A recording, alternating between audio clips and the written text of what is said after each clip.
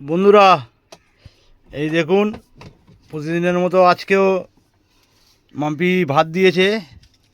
আজ বাবা নেই, বাবা কাজে গেছে, তাই না মা? তো বাবা নেই, ভাই আর মাকে মাম্পি এখন দিচ্ছে খেতে। দেখি মাম্পি আজ কী কী করেছে, আপনাদেরকেও দেখাই। মাম্পি এটা কি? ইলিশ মাছের তেল আর ডিম একসাথে ভেজেছি।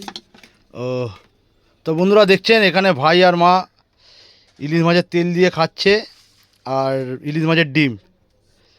আর এটা কি করেছো, আলু ভাজা? না, এটা হচ্ছে আলু আর পেঁপে ভাজা। মা কেমন খেলে ইলিশ মাছের তেল আর ইলিশ মাছের ডিম? ভালো খেলাম। আর এই ইলিশ মাছের ডিমটা হচ্ছে আমার সব থেকে প্রিয়। তো বন্ধুরা দেখতে পাচ্ছেন আমার মায়ের ইলিশ মাছের ডিম খুব প্রিয়। আজ আমাদের ঘরে হয়েছে স্পেশাল আইটেম, তাই না মাম্পি? মাম্পি স্পেশাল আইটেম করেছো না? কি করেছো বন্ধুরা?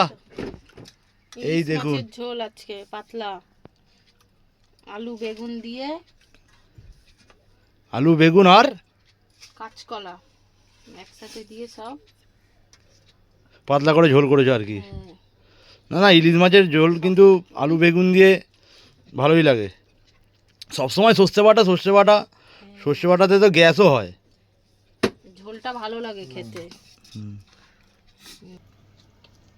ও মা কেমন খাচ্ছো ইলিশ মাছের ঝোল?